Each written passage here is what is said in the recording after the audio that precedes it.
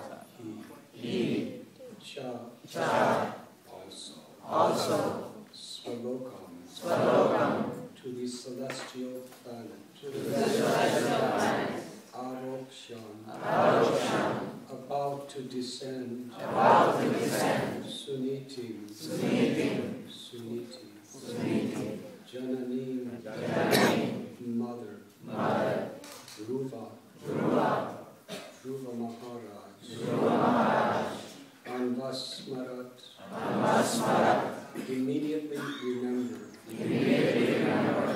Agam. Difficult to attain. Hitva. Leaving behind. Dinam. Poor. Yasye. I shall go. Trivishtapam. To the Vaikuntha planet. Dhruva was seated in the transcendental airplane, which was just about to start, when he remembered his poor mother, Suniti. He thought to himself, how shall I go alone to the Vaikuntha planet and leave behind my poor mother? Purport by His Divine Grace, A.C. Bhaktivedanta Swami Maharaj. Dhruva had a feeling of obligation to his mother, Suniti. It was Suniti who had given him the clue which had now enabled him to be personally carried to the Vaikuntha planet by the associates of Lord Vishnu. He now remembered her and wanted to take her with him. Actually, Dhruva Maharaj's mother, Suniti, was his Pata Pradarshaka Guru. Pata Pradarshaka Guru means the Guru or the spiritual master who shows the way. Such a Guru is sometimes called Shiksha Guru. Although Narada Muni was his Diksha Guru, initiating spiritual master, Suniti, his mother, was the first who gave him instruction on how to achieve the favor of the Supreme Personality of Godhead. It is the duty of the Shiksha Guru or Diksha Guru to instruct the disciple in the right way, and it depends on the disciple to execute the process. According to Shastric injunctions, there is no difference between Shiksha Guru and Diksha Guru, and generally the Shiksha Guru later becomes the Diksha Guru. Suniti, however, being a woman, and specifically his mother, could not become Dhruva Maharaj's Diksha Guru. Still, he was not less obliged to Suniti. There was no question of carrying Narada Muni to Vaikuntha Loka, but Dhruva Maharaj thought of his mother. Whatever plan the Supreme Personality of Godhead contemplates immediately fructifies. Similarly, a devotee who is completely dependent upon the Supreme Lord can also fulfill his wishes by the grace of the Lord.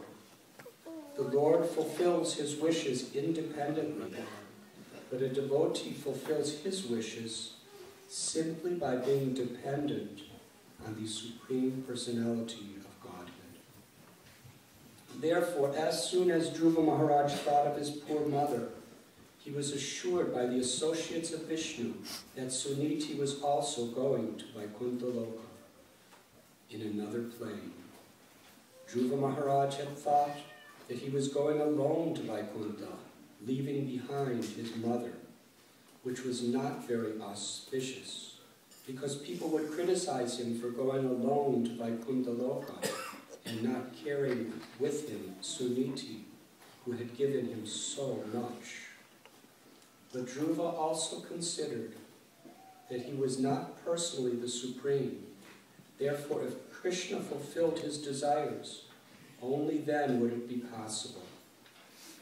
Krishna immediately understood his mind, and he told Dhruva that his mother was also going with him. This incident proves that a pure devotee like Dhruva Maharaj can fulfill all his desires by the grace of the Lord and become exactly like the Lord. And thus, whenever he thinks of anything, his wish is immediately fulfilled.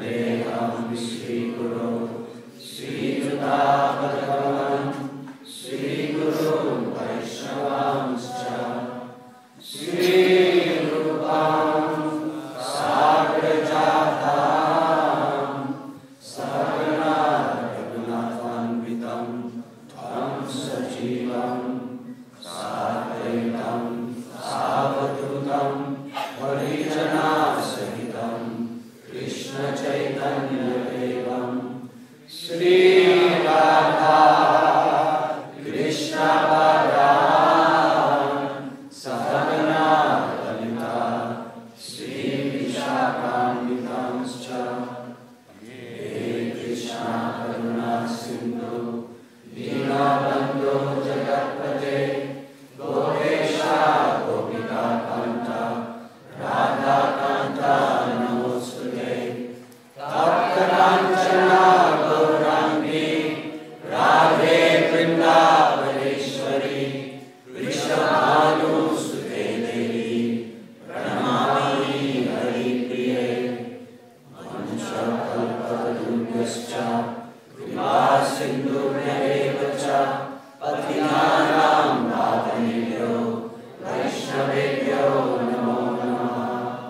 Shri Krishna Chaitanya Prabhu Nityananda Shri Advaita Gadadhara Srivasadi Gaura Bhakta-vrinda Hare Krishna Krishna Krishna Hare Hare Hare Rama Rama Rama Hare Hare.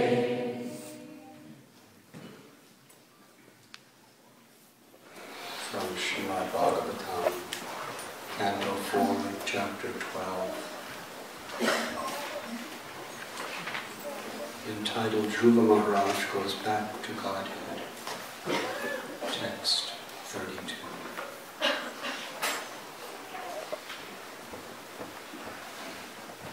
Today, Her Grace Malati Devi Prabhu assigned me to speak on appreciating mothers. And today is Mother's Day. And since she is the first woman in the history of Prabhupada's movement to give birth to a child, I am your obedient servant.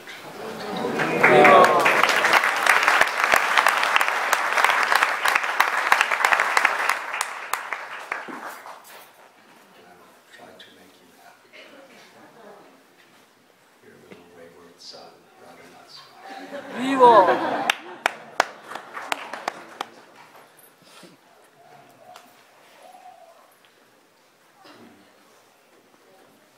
The essence of Krishna consciousness, Lord Chaitanya explained, is to chant the holy names of Krishna with pure love.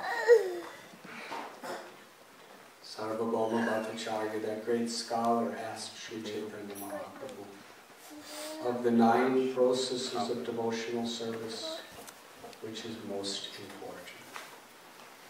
And Lord Chaitanya immediately responded, Kirtana, the chanting of the holy names. And Srila Prabhupada explained to us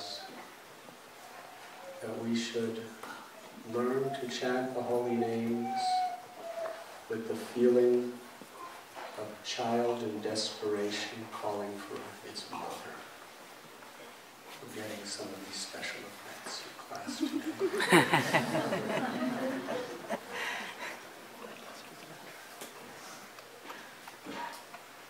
If we analyze that carefully, it's a very profound statement. Why, when a child is in danger, she or he cries out for mother? We're speaking of a baby child. The baby doesn't cry for brothers or sisters, for the President of the United States, for the police or the fire department, for the organization of philanthropies. Doesn't even call for father. Naturally, spontaneously cries for mother, which is a natural revelation of the nature of a mother's love.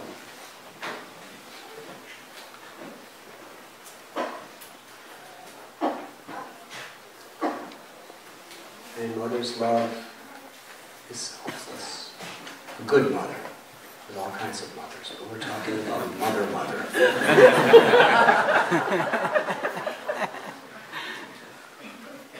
Doesn't expect anything for herself. When the child's a baby, baby kicks her, passes urine and stool on her, keeps her up sometimes all night long and all day long, gets sick, cries in the middle of Srimad Bhagavatam class, has to go running outside carrying a baby.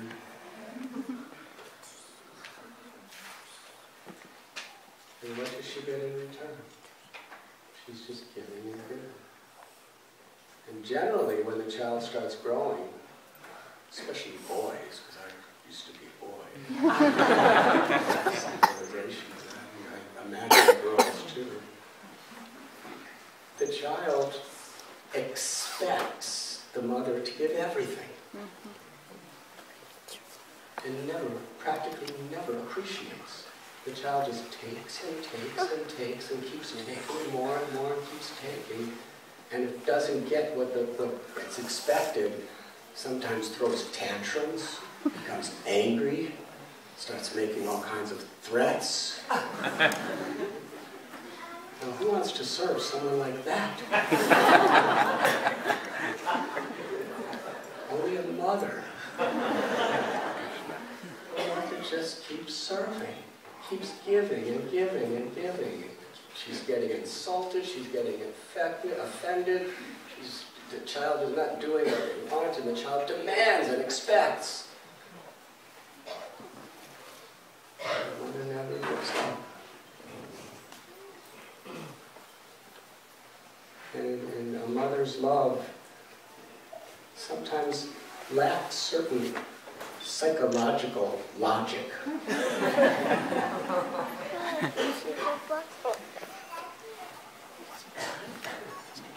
When Hiranyaksha was killed by Varahadev, his mother, Diti, was weeping in agony when she lost her child. The nature of a mother's love. But so often in this world, it's not appreciated. And even in spiritual society, oftentimes overlooked. Because there's no apparent immediate results. Yes? In many services, you really see the result. And everyone, Malati Devi, announces what you've done, and during the announcements, everybody cheers.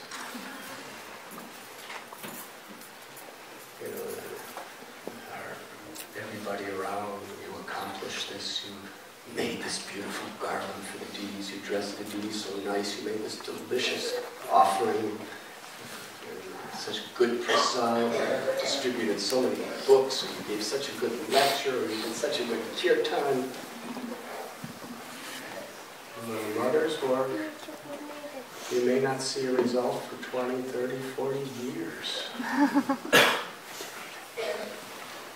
But yet the very foundational fiber of the society is based on how children grow up.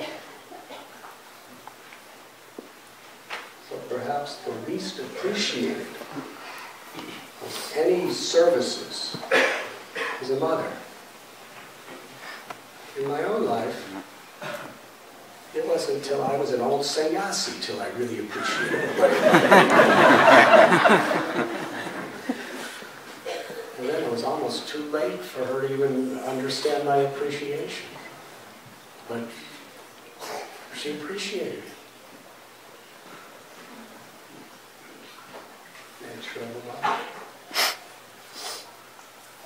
From a social perspective, Mother's Day is a day when we actually focus our minds to appreciate. Perhaps the only day of the year that people focus their mind to appreciate. And then even on Mother's Day, it's usually for a few minutes. But from a spiritual perspective, all of these holy days are not just something for that day. Srila Prabhupada explained on Janmashtami that whenever we take shelter of Krishna and remember him, he's taking birth in our hearts. Janmashtami, Gaura Purnima. There are days when we really focus to establish that consciousness by which we're really conscious of Krishna every day. So Mother's Day is a day to remind us how every day we should appreciate the selfless, loving service of mothers. Within our Vaishnava tradition, the position of mother is glorified and worshipped as being so sacred. There are innumerable examples, prominent stories to to reveal the sacredness of motherhood to us. In today's verse, we're reading about Dhruva Maharaj, how he appreciated his mother's selfless love. We read the story in the fourth canto of how little Dhruva was just 5 years old, and he wanted to be with his father. He saw his father sitting on the throne, playing with his stepbrother, Uta. And they were having such a nice experience together. And Dhruva Maharaj wanted to do that also. He wanted to join them. He began to crawl up to his father's lap with his brother. But the stepmother, Suruchi, she could not tolerate seeing this. She screamed at Dhruva, "You have no right to be on your father's throne or lap, because you have not been born of my womb. Because you are born of an inferior woman, you cannot sit with your father. If you want to do so, you must worship the Supreme Personality of Godhead. And then, if he is pleased with you, you can take your next birth in my womb, and then you will be entitled to this position."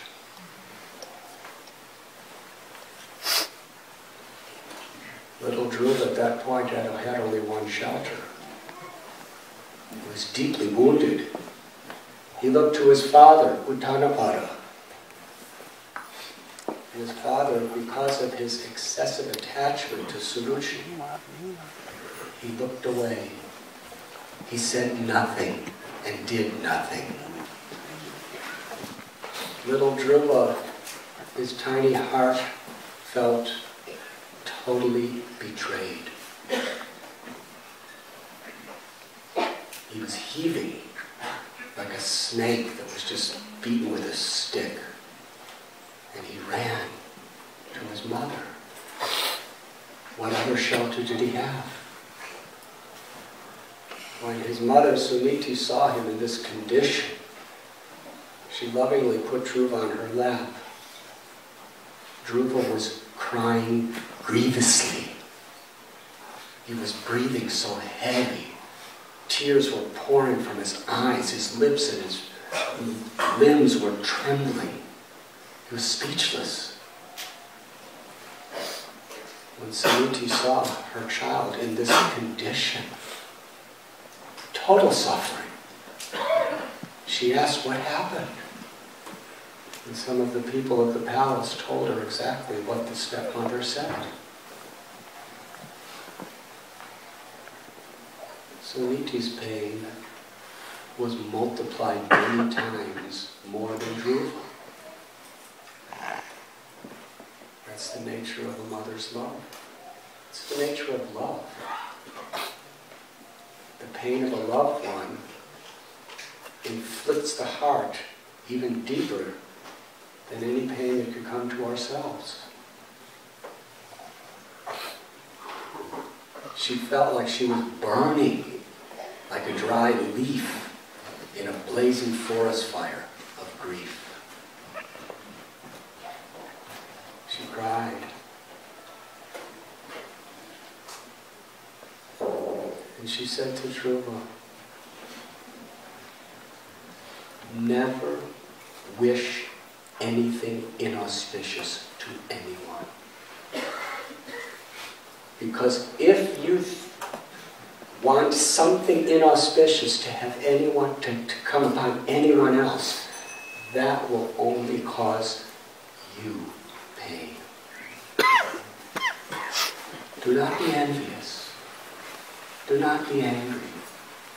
Because actually what your stepmother Suruchi said is good advice. You should worship the Supreme Personality of Godhead. Because the Supreme Lord is very kind to His devotees. He will fulfill all of His devotees' deepest desires. By worshiping the Supreme Lord, you can be freed forever from the cycle of birth and death and attain liberation from all suffering. Your great-grandfather, Brahma, by worshipping the Supreme Lord, he attained the powers to create an entire universe. And your grandfather, Swayambhuva Manu, by his worshipping the Supreme Personality of Godhead, he attained all material prosperity in this life and attained liberation after. In this state, Dhruva Maharaj, I am helpless. You are helpless. Everyone is helpless. Only the Supreme Lord, only Krishna can save you. Worship the Lord by remembering Him within your heart, offering your prayers and surrendering your life. This is the path all the great souls have followed.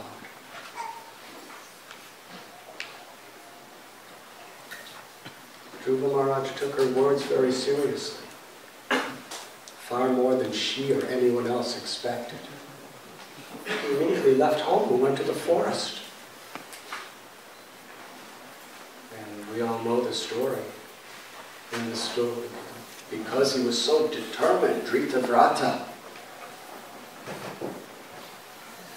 the Lord who was in the heart sent Narada Muni to be his guru, and taught him how to chant the holy names and worship the Lord. And in just a few months, he attained the perfection of liberation. He came back to become the king. When he came back, his father and everybody, they were so aggrieved by his leaving that they gave him the throne.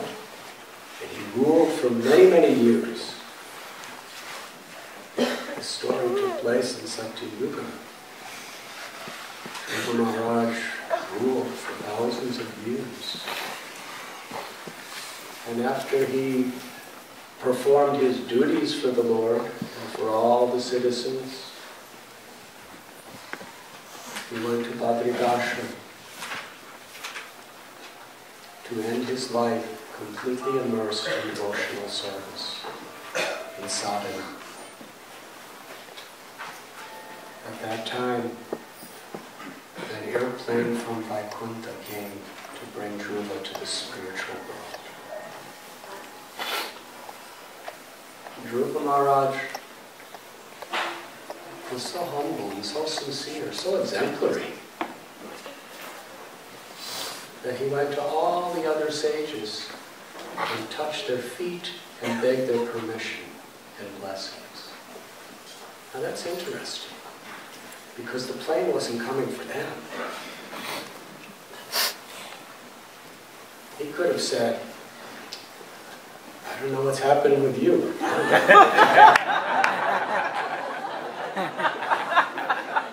have attained perfection.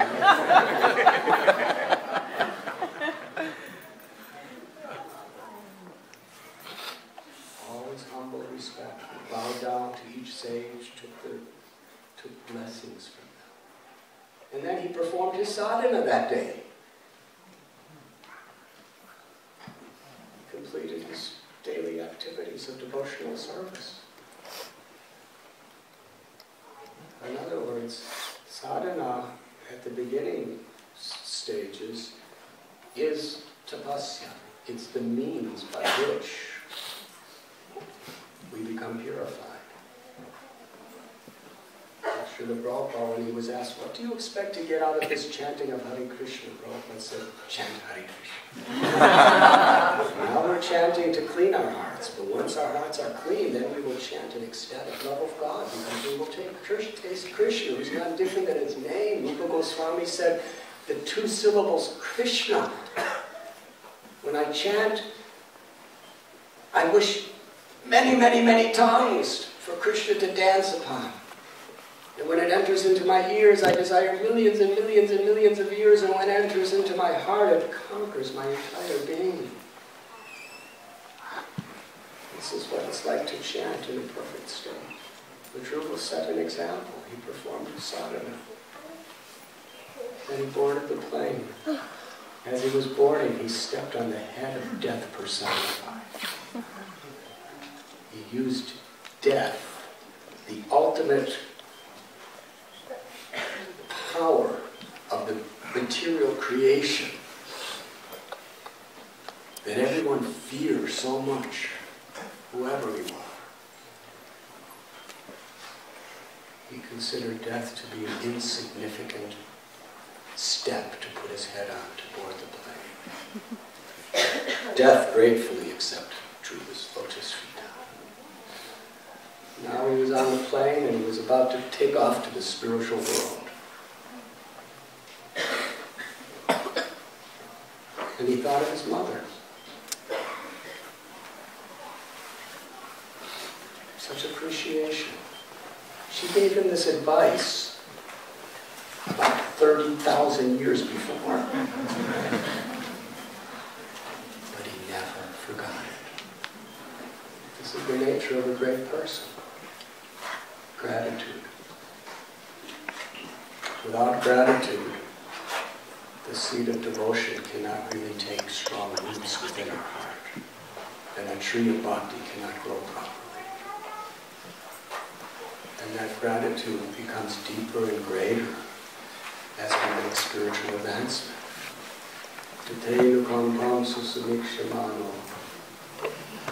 Prabhupada so often quoted this verse. Even when the most difficult circumstances, the most painful conditions, even the most unjust situations come upon us, if we can just be grateful to Krishna for the opportunity to take shelter and surrender to Him, that alone will give you the right to attain the perfection of liberation. Grateful heart. So Dhruva was remembering his mother with such gratitude.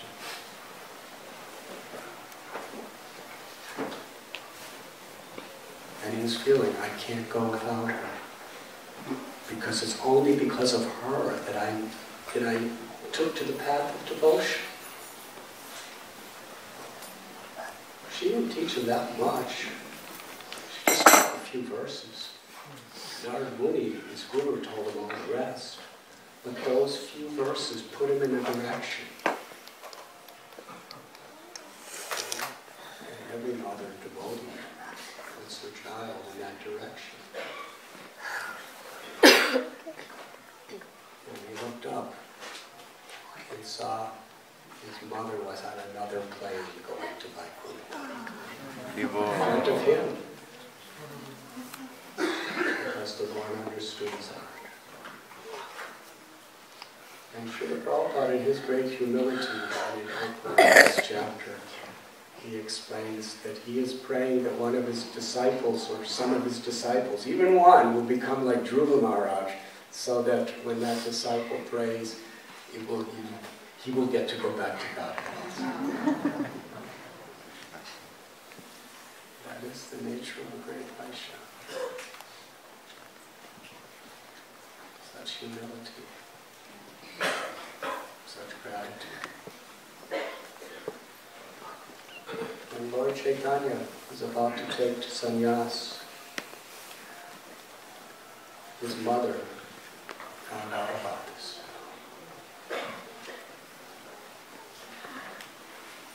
It was unbearable. She approached Lord Chaitanya in a secluded place and asked him.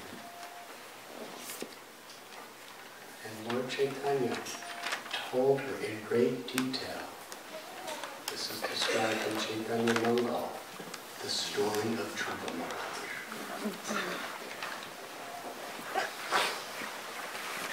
How Dhruva Maharaj left home just as Lord Chaitanya was about to leave home. But the great blessings that that offered to his mother. Sachimata was crying, "Oh Gauranga,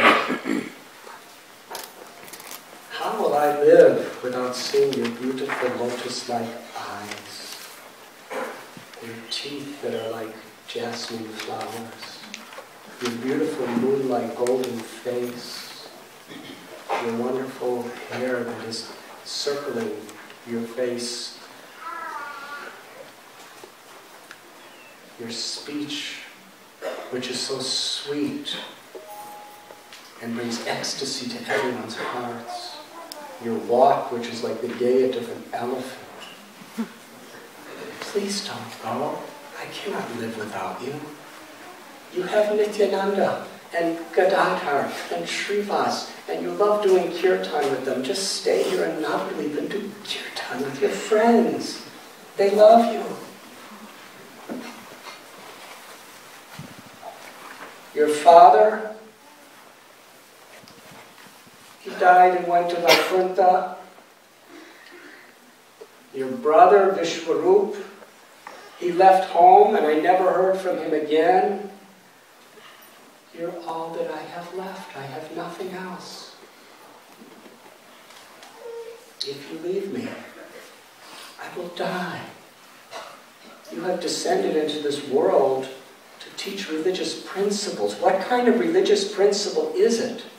To kill your own mother. Is this what you have come to teach the world? Stay. Nityananda wants you to stay. Everyone wants you to stay.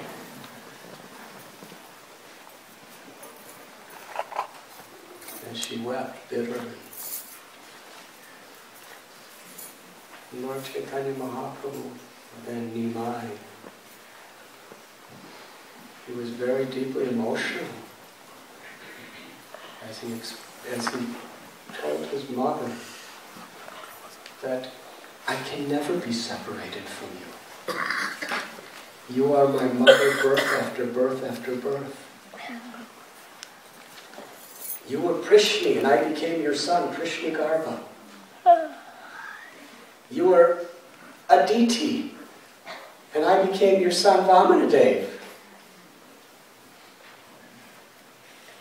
As Devahuti, I was Kapila Dev. You were my mother, Kaushalya, when I took the incarnation of Sri Ram. You were Devaki and Yashoda, and I became your son, Krishna.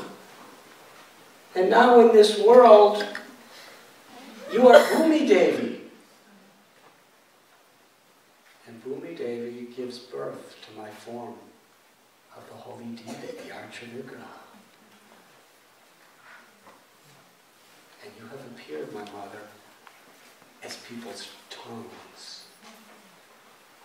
And from you in the form of a tongue, I take my birth whenever my devotees chant my holy name.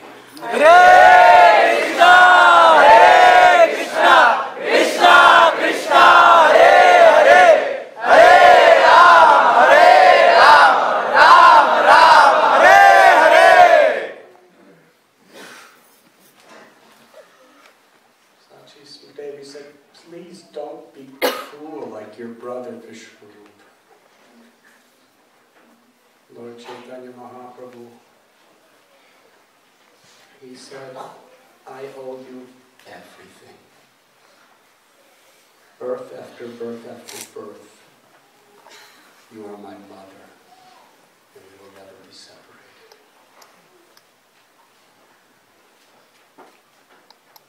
He tried to pacify her.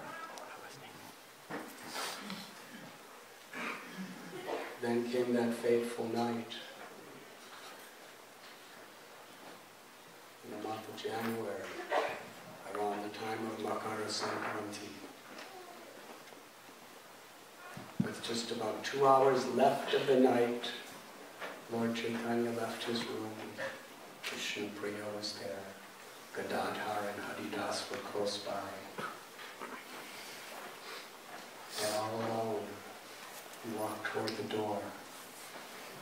But Sachi Devi, while the whole world was sleeping, she felt in her heart that he was going to leave that night. She stood at the door all night long, weeping. In the most pitiful condition. The Leela of the Lord is absolute. Satyamata's grief was absolute. But because it was absolute, it was a type of ecstasy. Deepest ecstasy. Lord Chaitanya, in order to reach the door, he had to pass Sachi Devi. He bowed to her. He sat down and spoke to her. Said, I owe you everything. You raised me, you gave me life in this world. I never had any happiness in my life that wasn't because of you.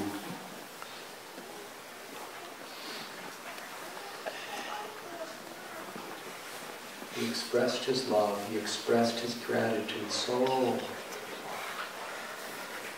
deeply from his heart to his mother. But he had his mission to bring Krishna consciousness and the holy name to the whole world. And after speaking sweet words, this body was raised by you, and I cannot repay you even in millions and millions and millions of births. And he bowed down and took the dust of his feet of his mother, circumambulated her, and left forever. Sachimata stood there as motionless as a statue. When the sun rose, the devotees took their baths and all came to greet Lord Chaitanya like every other day. It's the happiest time of their lives to see Mahaprabhu. It's like Mangalarti for the first time of the day. And they saw something that struck them. Sachideva was standing outside the house, motionless like a statue. The only movement was incessant tears pouring like rivers from her eyes. They asked her, what is happening? Why are you outside? Why are you not inside? And where is Nimai? And finally she spoke. She said, you are my dear fathers, she told all the devotees. You are all the devotees of the Lord. And all the Lord's property belongs to his devotees. I have nothing. So now, take whatever there is in this house and everything else. I have no rights to anything. Desire to try to pacify Sachi Devi. Because she was everyone's mother. They gathered around her and chanted kirtan and spoke the glories of Nimai to somehow or other keep her alive. And eventually, Nityananda Prabhu, who understands the heart of the Lord, he wanted to serve his devotees. He arranged for the Lord to come to Shantipur, the house of Advaita Prabhu. And Sachimata was brought there. When Lord Chaitanya walked in the room where Sachimata was sitting, Sachimata saw her son.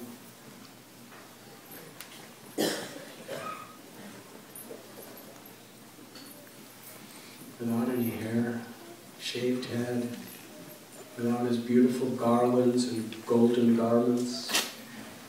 He had the drab kopan of a sannyasi. She wept tears.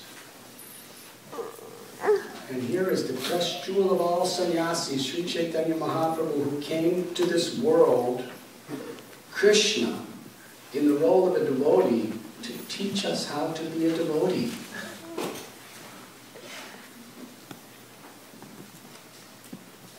When we read these stories or hear them, we shouldn't think, well, the Lord does that, but that's not about me. Sri Chaitanya Mahaprabhu taught us what we're supposed to do.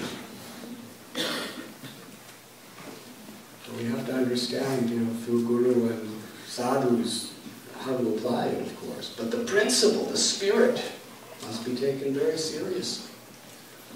Lord Chaitanya, as a great sannyasi, offered his prostrated obeisances to the feet of his mother, again and again and again. And Sachi Devi took this great sannyasi in her arms and put him on her lap. He's sitting on her lap. We see paintings of Krishna on the lap of Yashoda. This would be an interesting painting. And she embraced him. And right in front of the devotees, again and again, she kissed his face. But she couldn't see him because tears were flooding her eyes. But she could tell that that beautiful hair was all gone. And Lord Chaitanya, actually, Sachimata spoke to him that Vishwarup left me and I never saw him again. Please don't do that to me, or I will die. And the Lord offered his prayers to his mother. Again, he said, this body is your property. You gave me birth. You protected me. You maintained me through all situations. I owe you everything. I can never repay you in millions of births. Therefore, wherever you tell me to be and whatever you tell me to do, I will do it.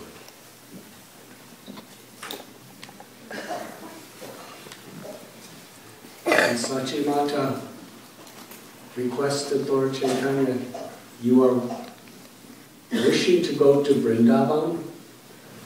The same Krishna that lives in Vrindavan is in Puri as Jagannath. But Jagannath is close to Navadvip. They are like two rooms in the same house.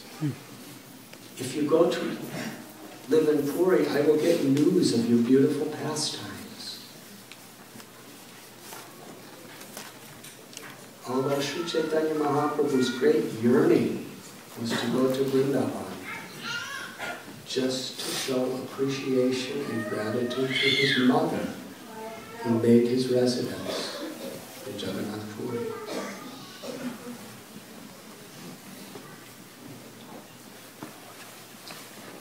One day, Damodar Pandit came from Jagannath Puri. I'm sorry, Damodar Pandit came from Navadvip, where he was living with Sachi Devi. He came back to Puri. When Lord Chaitanya asked, how is my mother Sachi Devi's devotion? Damodar Pandit became very angry. He said, why are you asking that question? You should already know whatever devotion you have has come from your mother, and you're asking how her devotion is? She is totally absorbed in Krishna day and night, and because of what she's given you and her love, you are a great devotee of Krishna. Why do you even ask this question? Sri Chaitanya Mahaprabhu was ecstatic to hear Damodar Pandit's chastisement. He said, yes, this is true. Whatever devotion I have for Krishna, I have received from my mother. Whatever good qualities I have received from my mother. And even in millions of kalpas, I can never repay her. And Vrindavan Das Thakur explains that Sri Chaitanya Mahaprabhu spoke these words because he wanted to reveal to the world the priceless gift of devotion. And he also wanted to show his appreciation and his gratitude to his devotees. In this case, his mother.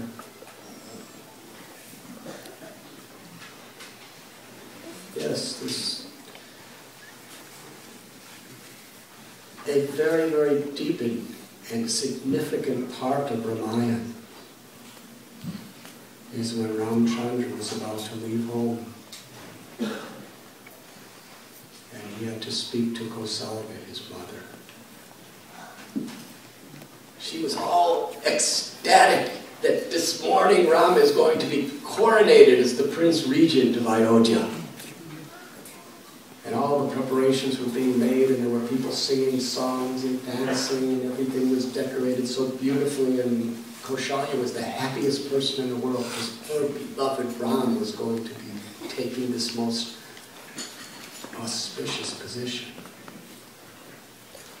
And Ram came into her room, and she was just over-bubbling with happiness.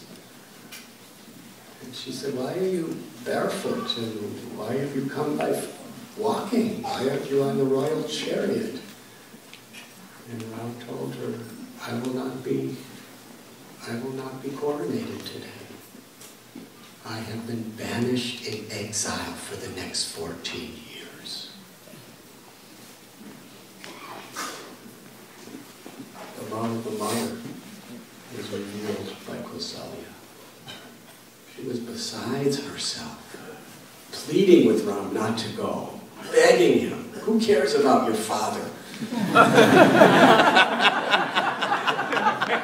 You have no right to make a promise like this. You stay home, you must stay home, you cannot leave. And like Lord Chaitanya, when Ram told her, I must do it for the sake of Dharma, for the sake of the world, Kausalya, although her heart was torn into billions and billions and billions of pieces, for the sake of her beloved son, she acted with great composure, and she said, "Yes, my son, you are doing the right thing. Go to the forest and live with dignity and integrity." And she gave him, as a mother, although her own heart was torn to pieces, she wanted Ram to leave peacefully, thinking that his mother was proud of him.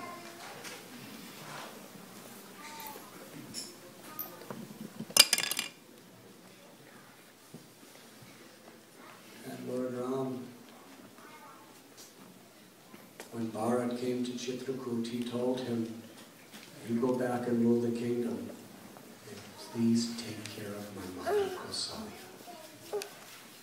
And then he said, "And please forgive your own mother, Kaikeyi, because after all, she is your mother. Forgive her, protect her, and nourish her." The Dharma of Ram's kingdom. And we find in Krishna's Leela the sacredness of motherhood. That day on Diwali, when Yashoda Mai was churning butter for Krishna,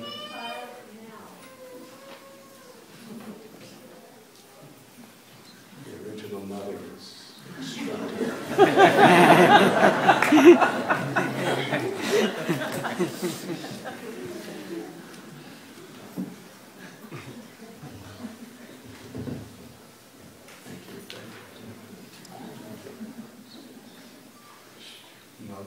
He spoke with realization. Many times little Saraswati probably cried when Srila Prabhupada was giving lectures.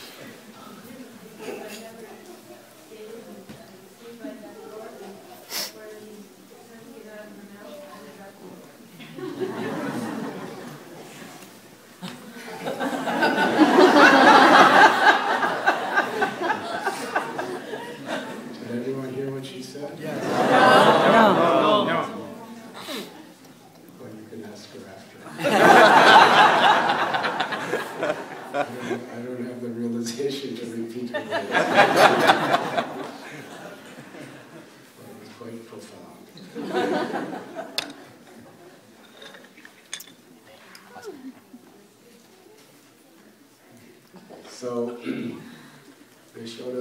was turning and she was remembering Krishna's leelas. And as she was remembering Krishna, out of her motherly love, milk began to profusely come out from her breast. And Krishna, who is bhavagrahi, who understands and accepts the mood of love of his devotee, which is not subjected to geographical situations or even time itself. He woke up hungry for that milk. He was hungry, not for milk, because Prabhupada says Krishna doesn't accept the thing you offer, he accepts the love and devotion, the purpose in which it is offered. Krishna was hungry for the motherly love of Yashoda. And he came to her and held the churning rod and demanded milk from her. Little children demand, yes? And he crawled right up on her. And she put the churning rod down and started feeding him milk. But then the milk that was on the stove started boiling over. That milk was for Krishna later in the day. So out of her motherly love, she wanted to save that milk. It was very special milk. She put Krishna down and ran there. But Krishna, he couldn't tolerate being away from his mother, that she put him down for anything else.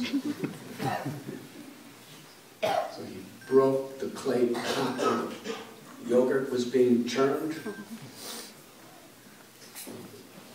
Then he went to another room. He climbed on a wooden grinding mortar and reached up and started eating butter that was hanging from the ceiling.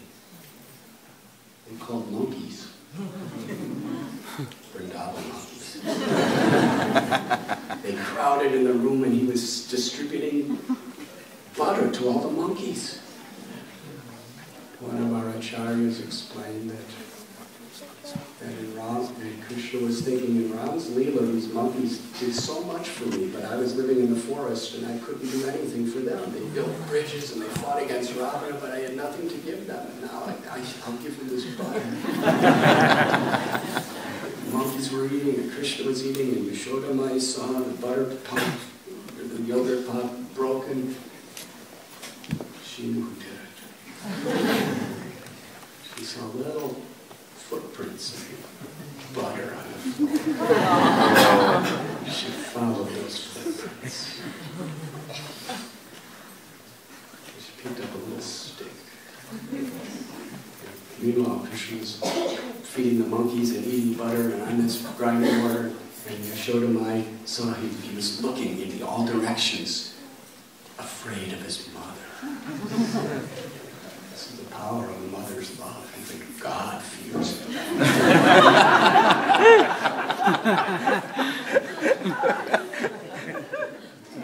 He wasn't afraid of Agasura or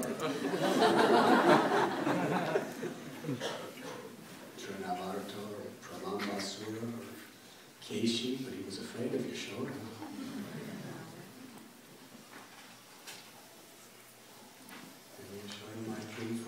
He jumped off and started running, and she ran after him, and he ran, and she ran, and he ran, and she ran, and they kept running, and ultimately, even though the greatest yogis, the greatest scholars can never ever catch the Supreme Personality, she caught him. And then Krishna was crying. Kunti Devi, in her prayers, she was remembering this. Although death personified is afraid of you, you are afraid of your mother. And she put this cudgel, this black cosmetic on his eyes, and his tears were mixing with that, and there were black streaks coming down. So beautiful.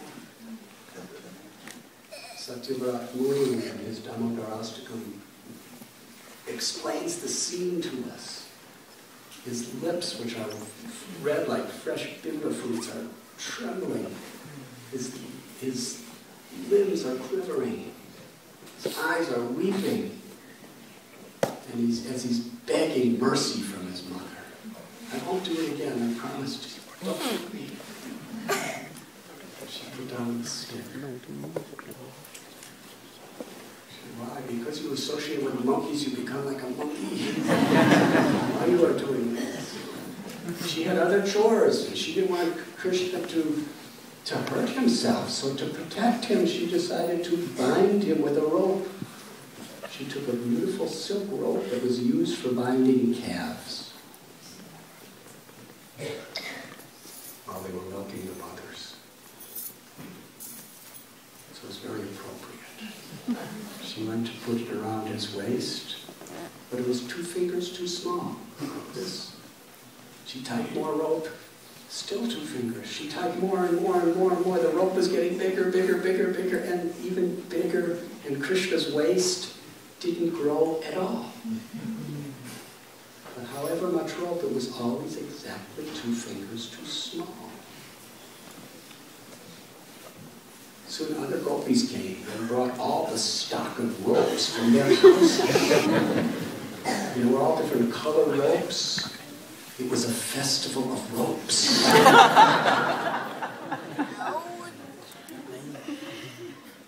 There were hundreds of ropes tied together, and the ropes were bigger than this room. And Krishna's waist was this big. And every time it was exactly 2 fingers too small. How was that? The gopis told Yashoda, don't you see it is not Krishna's destiny to be tied up today? Just stop this endeavor. There's no use. And Yashoda Mai, by this time, flowers were falling from her hair, and she was perspiring. Her sari was becoming loose. She just kept tying ropes. And she said, no, I have to protect my son. I have to protect my son. I can't leave him alone. And besides that, I really want to see how many ropes it takes to go down Krishna's waist.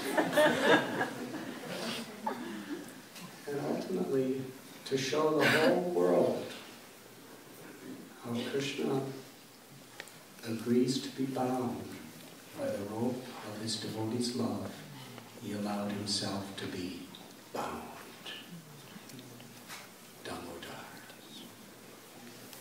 Krishna was bound by the waist, by the rope of his mother's love. And in this we find not only is the Lord grateful to his mother's love, but is conquered by his mother's love.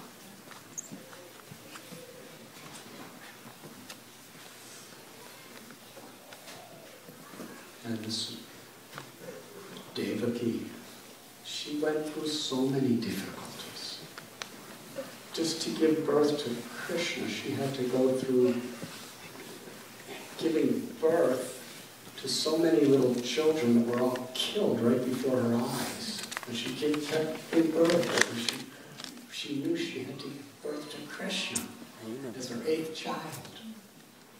And finally, when he was born, he said, take me out of here. Take me to Gokul, Mahavan. And he left her that night. But as a mother, she fed him the milk from her breast before he left, before Vasudeva took him across the jungle. And she didn't see him again for years. But when he did come back, Krishna expressed he had such gratitude for Devaki and Vasudev's love. He didn't go back to Vrindavan for so many years. He stayed with them. And Devaki, Krishna said, I'm so grateful to you. What can I do for you to repay you for your love? And Devaki said, those 6 little children of yours, those 6 brothers, they're all dead. Bring them back from the dead. I want to be with them. So just to reciprocate with his mother's love, Krishna went to Sutala Loka and brought all those children back. By this time, it was many, many years. I guess they were still babies. Trimita Prabhu could probably give us the details, but he brought them all back. And Yashoda Mai, with motherly love, fed each and every one of them the milk from her breast, and all of them got liberated, because that milk was Mahaprasad of Krishna.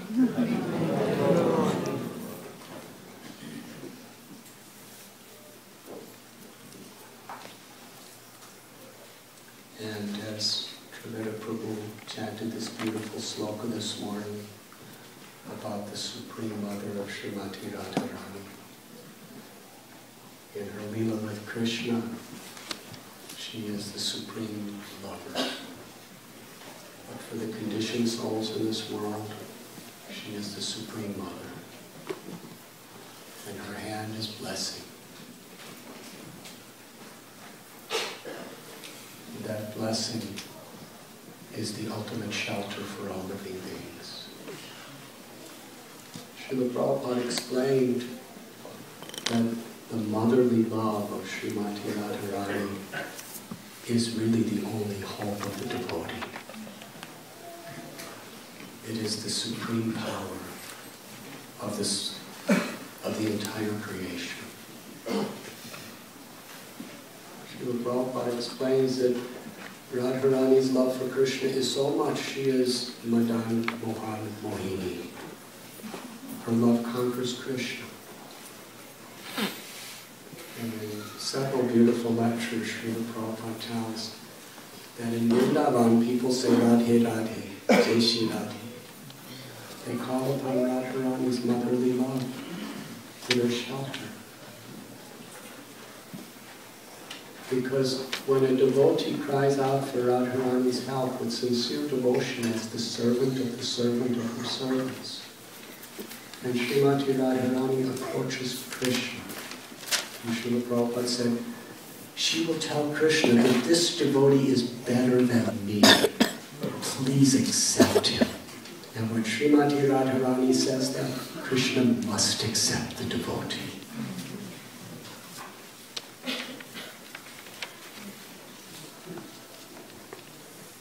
There's a beautiful story in Vrindavan, near Radha Kund. There's a place, Shivakor. How many of you have been there? The story, there's many stories of that place. But one particular story tells there was a jackal. Now among animals, jackals are really considered pretty low. They're like the lowest caste of animals.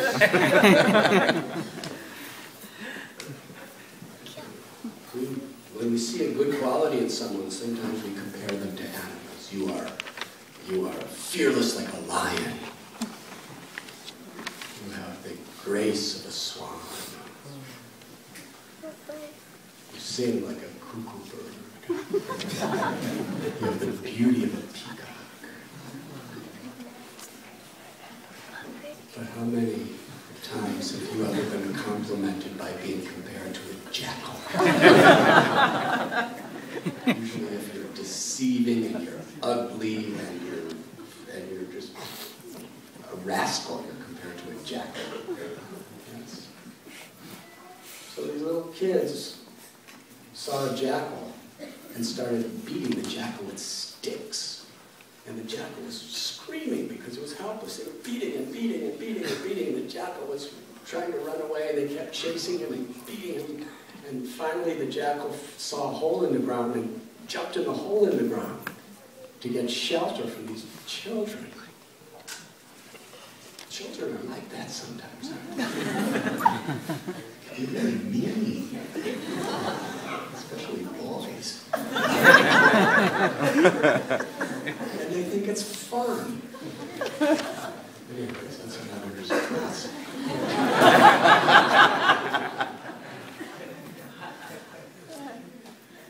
So these kids, the jackals in a hole, screaming and crying and shaking in fear, all beaten up and bloody. And the children, they wanted to have more fun. So they got a bunch of wood and straw and put it all around the hole and on top of the hole and lit it on fire. And the jackal inside the hole was under this fire that was blazing and burning and smoking, and the jackal was screaming in agony, desperation. And Srimati Radharani heard the crying of the jackal. Now, did any of you ever hear the crying of the jackal? It's really an obnoxious sound.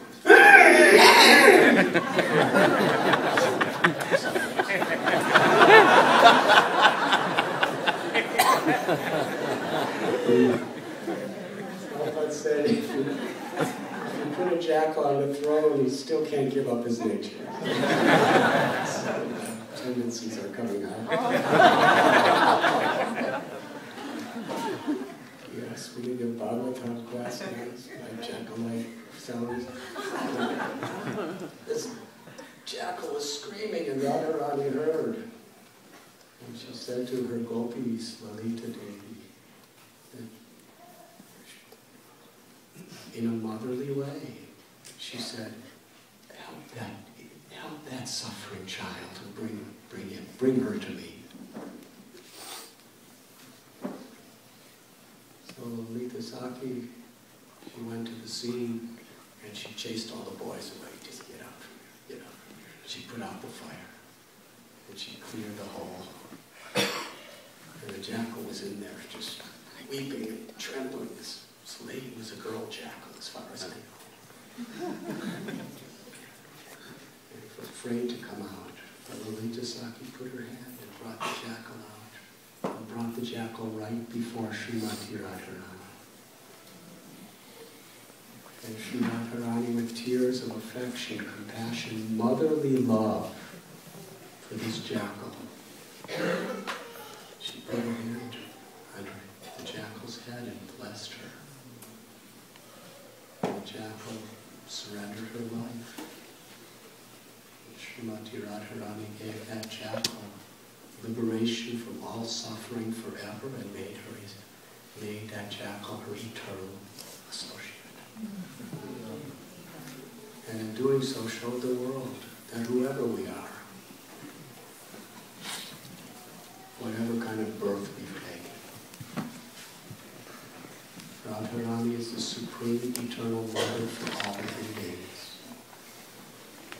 And if we could cry out the holy names with the sincerity of that jackal, the baby crying for mother, Srimati Radharani, she's blessing all of us.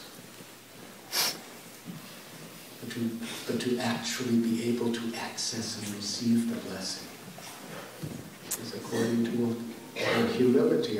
Hare Krishna, Krishna Krishna, Hare Hare, Hare Rama, Rama Rama, Hare Hare.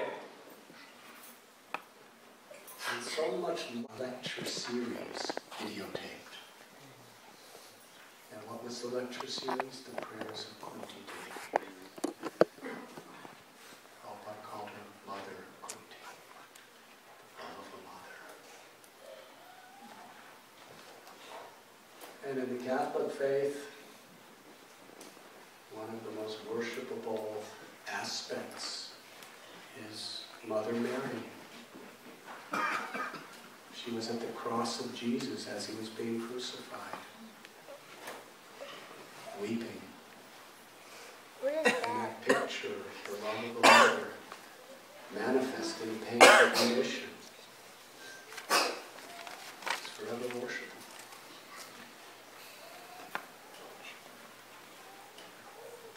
And Srila Prabhupada on the authority of the scriptures and the saints explains that the cow is our mother. She gives us milk. And that milk nourishes us when we're helpless throughout our lives, especially as children.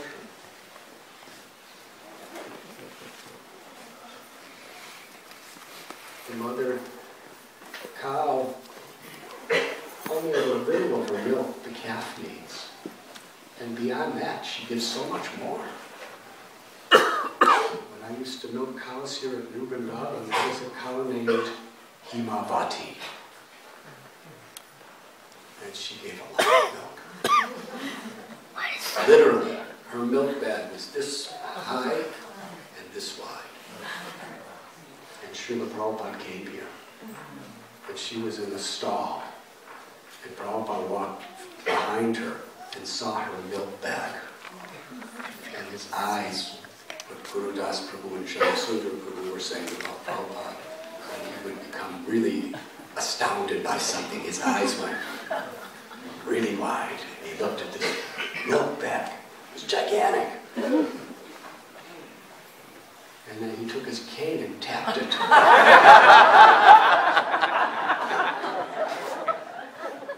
To see how much milk was inside of it. Anyways, I milked her, and she would give 120 pounds of milk a day. Wow. And her calf was only this big. How much milk can the calf drink? If that calf drank all that milk, she would be drunk to death.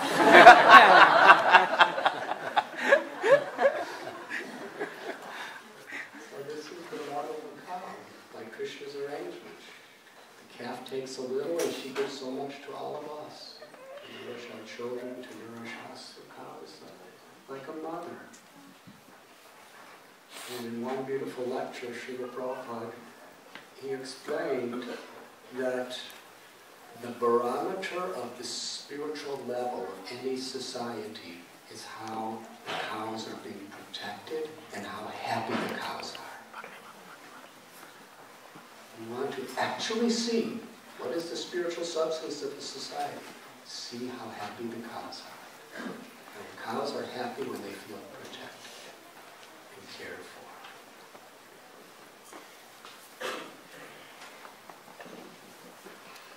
And Srila Prabhupada, one of the main reasons he established New Vrindavan was to teach the world the importance of protecting and honoring our mother.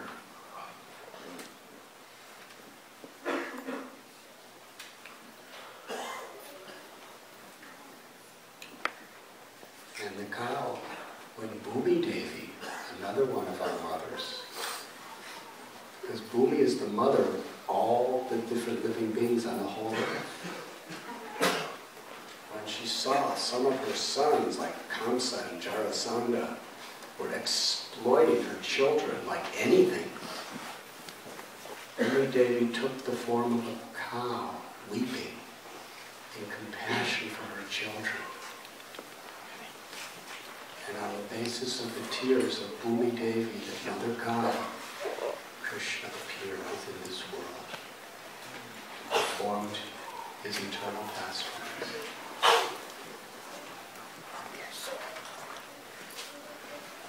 So to be grateful is so important.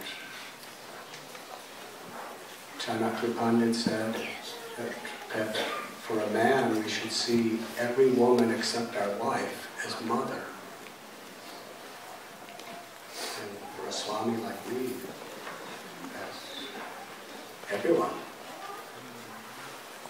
Once I was giving a class to about 1,500 college students in Bombay. And college students can really be blunt and radical. I gave many classes about the different types of challenges I had. So one student said, "It is said," it was a man student, said, "It is said that behind every great man is a woman." So who is the woman behind you? I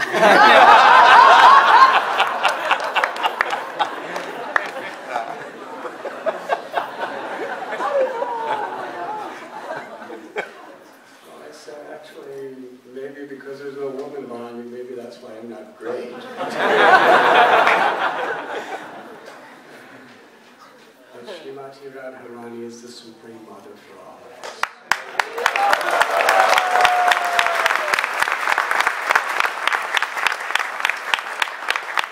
Sannyas means to detach yourself from everything else and just surrender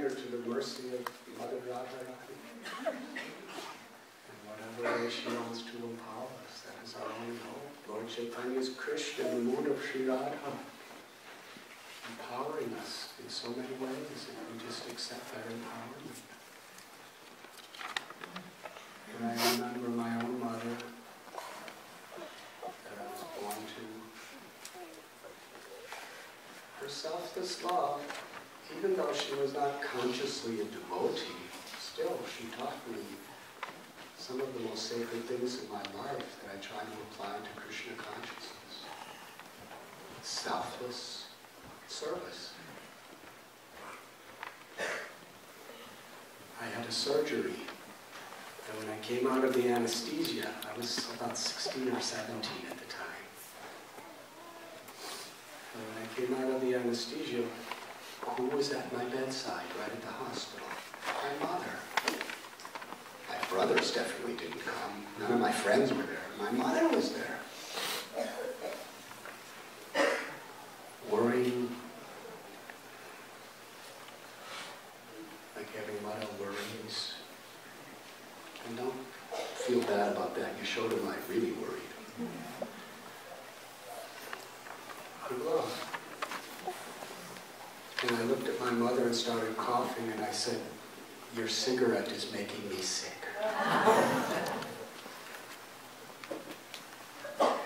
She had been smoking cigarettes for 20 years, 2 packs a day. Back in the 50s and 60s, that's what this says. Do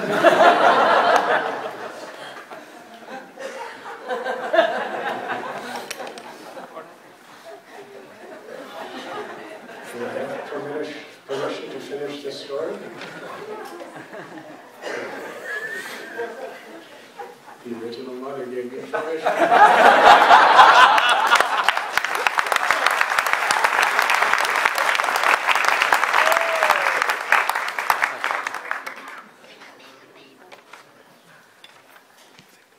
In those days, it was fashionable, it was common, because nobody knew in those days, nobody had the slightest hint that cigarettes were not healthy. Except the cigarette companies, but they didn't. So she was smoking 2 packs of cigarettes every day for 20 years, and I coughed and said, "Your cigarettes are making me sick." That's all I had to say to her. After she's praying and worrying and crying while she's at my bedside through my surgery and right at my bed.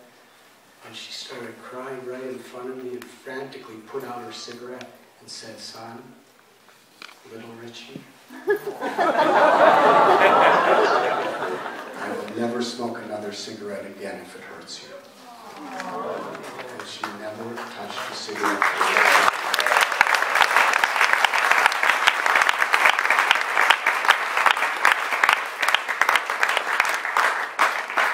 That's not an easy thing to do.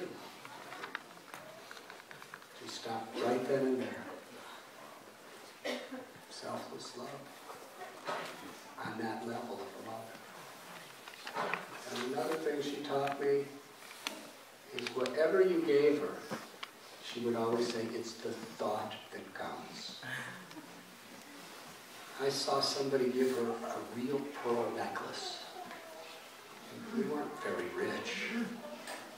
And I would go out into her garden and steal one of her roses that she grew. She planted it, she watered it, and I'd steal it from her garden, and I'd give it to her on Mother's Day. And she would cry and touch it to her eyes and say, "It's the thought that counts." Whether you gave her jewelry, whether you gave her a car, or whether you gave her a flower, it didn't matter. She taught me things can never make you happy. Only love can make you happy. And things are only meant to be used as expressions of love. But don't get caught up in the thing. It's the love that matters. And that was very easily adopted to bhakti once I met Srila Prabhupada. It's a principle. And how grateful I am for that. And I'll end with one little story. Some years ago, we have our Pune Yatra. It's usually about 3,000 or 4,000 people that come for this. It's 4 days, and it's kirtans and harikatha. And that year, Gauravani Prabhu came. And he was leading incredible kirtans. And the devotees, they were very happy. And at the end, we have a session where everyone is sitting, thousands and thousands of people. It's a closing ceremony. I thank everyone. And then I asked if anyone would like to say anything. And Gauravani Prabhu, who already captured everyone's hearts there, by his kirtan, by his personality, he took the microphone and he said, I'm only here because of my mother's love. He said, I went astray when I was a teenager, but my mother always prayed for me. And her prayers brought me back to the path of bhakti. Her prayers empowered me to be what I am today. And he became very emotional. And he made all 3,000 people cry. And he ended by saying, never underestimate the prayers of a mother.